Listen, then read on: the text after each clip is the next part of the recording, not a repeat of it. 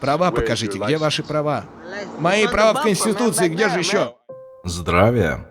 Перед следующей частью чтения проекта Конституции РФ про права и свободы человека и гражданина решил сначала прочитать всеобщую декларацию прав человека. Ведь мы уже знаем, что это неотъемлемая часть их правового поля, доминирующая над всем остальным.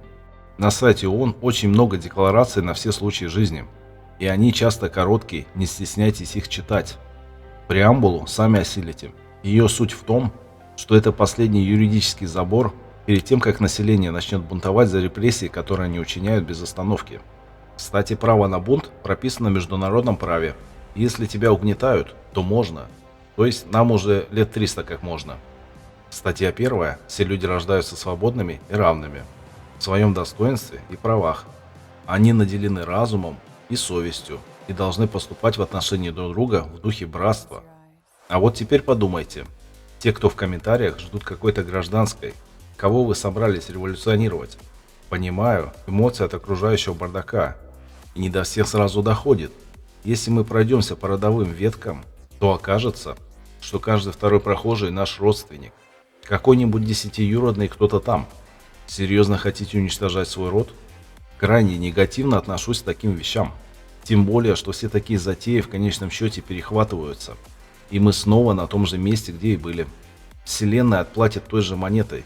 Ищите насилие, получите насилие. Агрессия порождает агрессию. Давайте лучше созидать. И построим децентрализованную копу. У наших предков копное право работало. Неужто мы тупее и не справимся? И это что-то свое, а не навязанные игры в какие-то измы. Безумцы будут жить по соседству, а у нас будет свой мир. И ни с кем при этом не нужно воевать. Насилие не выход, да и устраивать его не с кем.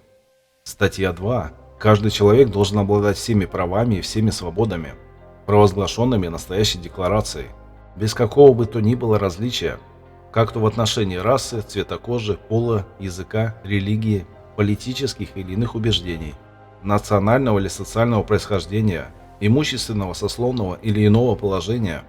Кроме того, не должно проводиться никакого различия на основе политического, правового или международного статуса страны или территории, которой человек принадлежит, независимо от того, является ли эта территория независимой, подопечной, не самоуправляющейся или как-либо иначе ограниченной в своем суверенитете. Абсолютно верно. У меня сегрегация населения исключительно по умственным способностям происходит. И как замечательно написано, прям про нашу территорию, управляемую непонятно кем. Единственный момент, что человек никому ничего не должен и никому не принадлежит. Точнее, мой человек принадлежит только мне. Еще точнее, это моя команда, с которой мы познаем мир. Еще вспомнился телевизор, который без остановки разжигает международную рознь. Вот уж кого точно срочно следует сажать по тюрьмам, да посылать на высадку вырубленного леса во имя хозяев местных политиков из Чайны. Твари рассказывают, что все мои родственники внезапно стали фашистами и боевиками. Завтра, видимо, Владивосток следующий. И говноватная часть населения будет еще и это поддерживать. Анекдот вспомнился. Сидят в правительстве на заседании и рассуждают. А давайте бомбанем по Америке. Не, нельзя, у меня там дети учатся. А давайте по Англии. Не, нельзя, там дети учатся. А давайте по Владивостоку. Давайте, там точно никого нет. Статья 3. Каждый человек имеет право на жизнь, на свободу и на личную неприкосновенность. То есть, если космонавт случайно пнет кирзачом в пузо на митинге, это как бы нарушение международных норм. Статья 4. Никто не должен содержаться в рабстве или в подневольном состоянии. Рабство и работорговля запрещаются во всех их видах. Воистину отличная статья, но есть проблема. Поднимите руку, у кого денег хватает только от зарплаты до зарплаты. Мы по факту в рабстве, а еще ипотеки и прочие радости, вместо того, чтобы сделать как положено. Родился человек, ему сразу дают крышу над головой и все требуемые средства и материалы для его развития. А дальше, если вдруг захотел яхту, то будь добр, напрягись. Сегодня все наоборот. Захотел яхту, значит обворовал 1 миллион человек. Статья 5. Никто не должен подвергаться пыткам или жестоким, бесчеловечным или унижающим его достоинство обращению или наказанию.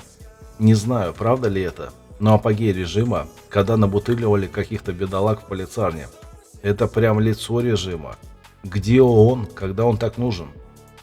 Статья 6. Каждый человек, где бы он ни находился, имеет право на признание его правосубъектности. Короче, если мент на улице что-то хочет, то его требуется как дятел спрашивать: «Вы признаете права моего человека?» Рано или поздно он ответит «да». А дальше по ситуации. Например, я пошел. Свобода перемещения по международным правам человека. Статья 7. Все люди равны перед законом и имеют право, без всякого различия, на равную защиту закона. Все люди имеют право на равную защиту от какой бы то ни было дискриминации, нарушающей настоящую декларацию, и от какого бы то ни было подстрекательства к такой дискриминации. Видали, как ловко с человека они перепрыгнули на недееспособных? Статья 8. Каждый человек имеет право на эффективное восстановление в правах компетентными национальными судами в случае нарушения его основных прав, предоставленных ему Конституцией или законом. У нас нет не то что компетентных анальных судов, но и хотя бы обычных, созданных федеральными законами, а еще нет Конституции и законов за подписью Солнцеликова. Статья 9. Никто не может быть подвергнут произвольному аресту, задержанию или изгнанию. Ахаха, собственно. Менты без полномочий творят, что хотят. Роликов в интернетах тысячи. Статья 10. Каждый человек для определения его прав и обязанностей и для установления обоснованности предъявленных ему уголовных обвинений имеет право на основе полного равенства на то, чтобы его дело было рассмотрено гласно и с соблюдением всех требований справедливости, независимым и беспристрастным судом. То есть, если якобы судья требует отключить видеосъемку, но вы поняли, ссылаемся сюда. Но если уже в процессе суда, то делаете что-то не так. И опять ловим лозы про суды, коих нет в рамках самой РФ.